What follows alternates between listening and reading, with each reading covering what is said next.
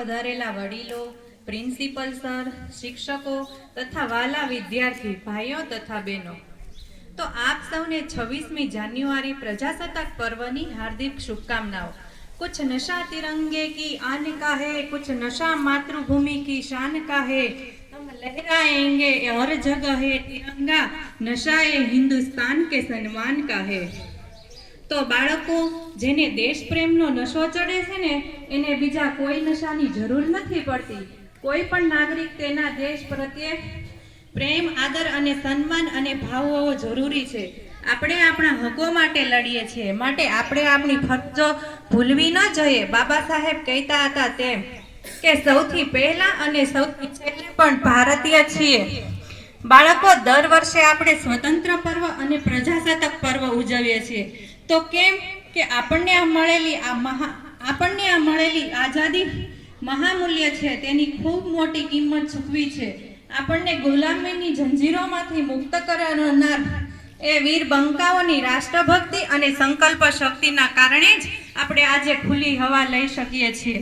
વિદ્યાર્થી, આજનો આ અવસર સપૂતોને સ્મૃતિ કરવાનો અવસર, વંદના કરવાનો અવસર।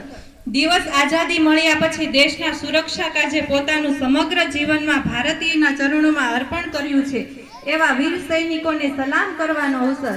દેશની સુરક્ષા કાજે મન મૂકીને લડનાર એવા સૂર સૈનિકો જ્યારે તમારી સામેથી પસાર થાય ને ત્યારે જય હિન્દ જરૂર કહેજો, કેમ કે આપણું એ જય હિન્દ એને ભારત રત્નથી પણ મોટું ઇનામ હશે। मैं भारत बरस का अमित सम्मान करती हूँ, यहाँ की चांदनी की मिट्टी की गुण गाती हूँ। मुझे चिंता नहीं है स्वर्ग जाकर मोक्ष पाने की, मुझे चिंता नहीं है स्वर्ग जाकर मोक्ष पाने की।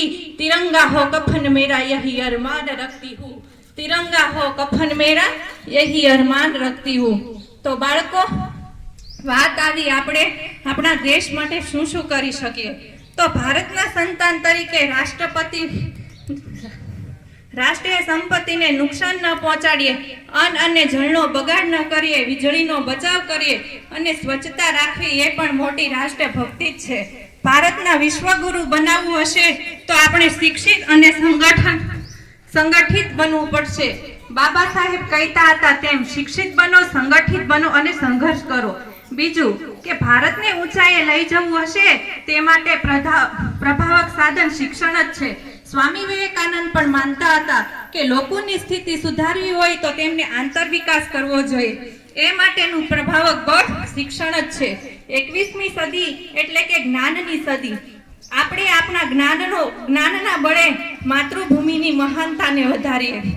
वतन हमारा ऐसा कोई छोड़ ना पाए, रिश्ता हमारा ऐसा कि कोई तोड़ ना पाए, दिल है हमारा एक जान है, हिंदुस्तान हमारा है और हम उसकी शान है। तो આપણા ગામમાં પણ એવા ખૂબ સારા કાર્ય થયા છે, જેવા કે ગામની બહેનો માથેથી પાણીની હેલો ઉતારી, ગામમાં શમશાનની વ્યવસ્થા કરી, ગામની સફાઈ કોણે કરી, ગામમાં રામજી મંદિર કોણે કરેલ છે, ગામની નદીઓનો બ્રિજ કોણે કરેલ છે। આ મહામાનવ મારા પપ્પાને અભિનંદન સાથે મારી આ વાત પૂરી કરું છું। હસ્તુ, જય હિન્દ, જય ભારત, જય જય ગરવી ગુજરાત।